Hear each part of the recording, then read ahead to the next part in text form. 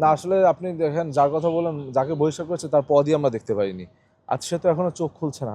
তার বিচার হবে কিভাবে? এখন আমরা পত্রিকায় দেখছি সে নাকি এখনো চোখ খুলতে পারছে না।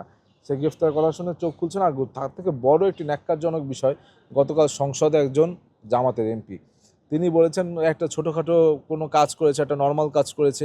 অর্থাৎ এই বিষয়গুলোকে তারা ইজিয়ার করতে চায়। কিন্তু আমরা দেখছি যে এই বিষয়গুলো কিন্তু এত ইজি বিষয় না। কিন্তু আপনার কোনো অন্যায় করলে সে অন্যায়কে ইজিয়ার করার যে প্রবণতা, আপনি একটি অন্যায় করলে সে অন্যায়কে মেনে নিতে হবে যে হ্যাঁ ভাই আমার এটা অন্যায় হয়েছে। মানুষ ভুল করে, ভুল থেকে মানুষ শিক্ষা নেয়।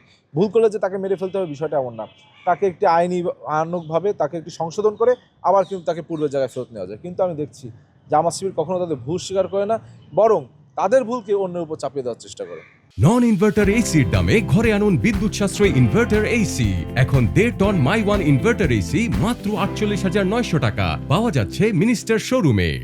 এই যে অন্য সময় আমরা দেখেছি যে তারা বিভিন্ন সময় প্রতিবাদ করেছে, কিন্তু তাদের ক্ষেত্রে যখন এই ঘটনা আসলো তখন তাদের পক্ষ থেকে কোনো প্রতিবাদ বা না, তারা তো কথায় বলে যে সুশাসন চাই, আপনার সৎ শাসন চাই। কিন্তু দেখলাম আজকে সকালে কিছুক্ষণ আগে সমকাল পত্রিকায় নিউজ হয়েছে খুলনা 6 আসনে জামাতের এমপি তার 53 টাকা তার এপিএস এবং আত্মীয় স্বজনের ভিতরে ভাগাভাগি করেছে। তারা বলছে সৎ লোকের শাসন চাই, কিন্তু তাদের সম্পূর্ণ কাজটা অসততায় ভরা।